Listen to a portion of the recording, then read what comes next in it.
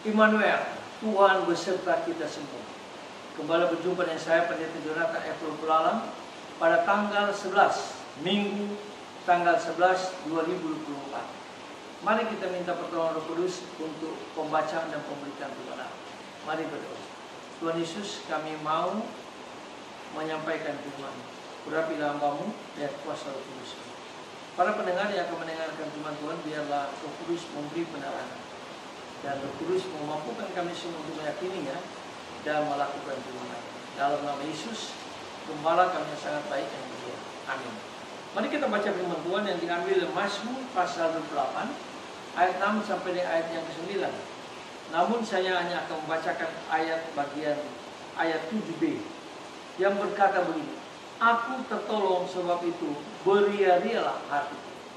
Tema kita hari ini adalah Aku ditolong Tuhan. Saudara-saudara yang saya kasih dalam Kristus, di beberapa mazmur dalam penyanyi lama masih kelihatan tanda-tanda sebuah proses permohonan doa dan pengabulan doa di bait suci, seperti yang dijelaskan dalam Mazmur pasal 28. Pada sebuah perayaan keagamaan, si pemazmur datang ke hadapan kekudusan Tuhan di bait suci dan mencurahkan isi hatinya kepada Tuhan. Selang beberapa waktu kemudian, si pemazmur kembali ke hadapan kekudusan Tuhan untuk berterima kasih kepada Tuhan karena doa-doanya dikabulkan. Karena itu, liturgi gereja kita, sebab tidak ada ruang untuk doa pribadi, maka proses seperti di atas sudah asing bagi kita. Hanya pada kesempatan tertentu kita mendengarkan orang yang memberi kesaksian mengenai pengabulan doanya. Nah, saudara-saudara yang saya kasih dalam Kristus, si pemazmur, dia bersyukur pada Tuhan karena Tuhan telah bertindak menolong dia sehingga dia bebas dari kepungan musuh.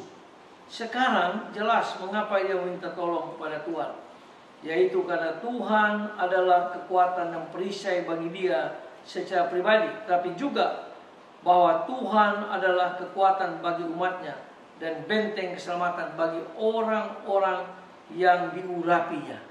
Itu pun dijelaskan dalam Mazmur pasal 28 ayat yang ke-8.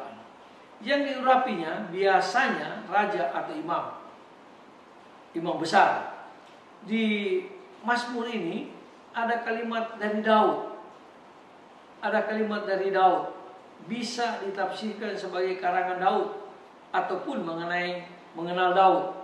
Dari kisah perjuangan Daud kita tahu bahwa dia beberapa kali diancam oleh musuh-musuhnya.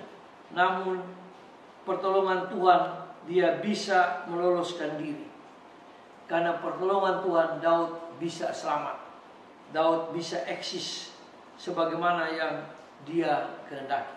Namun di zaman perjuangan Daud, bait suci di Yerusalem belum ada.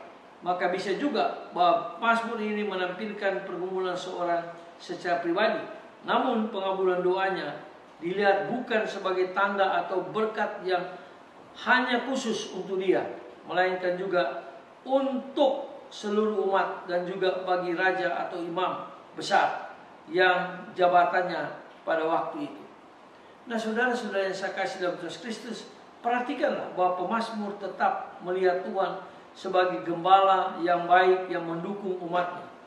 Kalau kita domba-domba dan Tuhan adalah gembala, maka domba boleh minta tolong kepada gembalanya.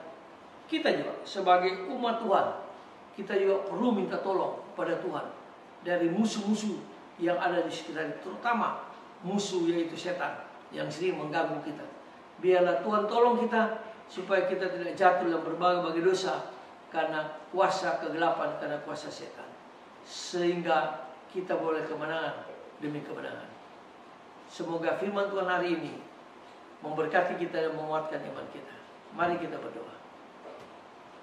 Tuhan Yesus, tolonglah kami dari musuh-musuh yang ada di sekitar kami, terutama musuh utama yaitu setan.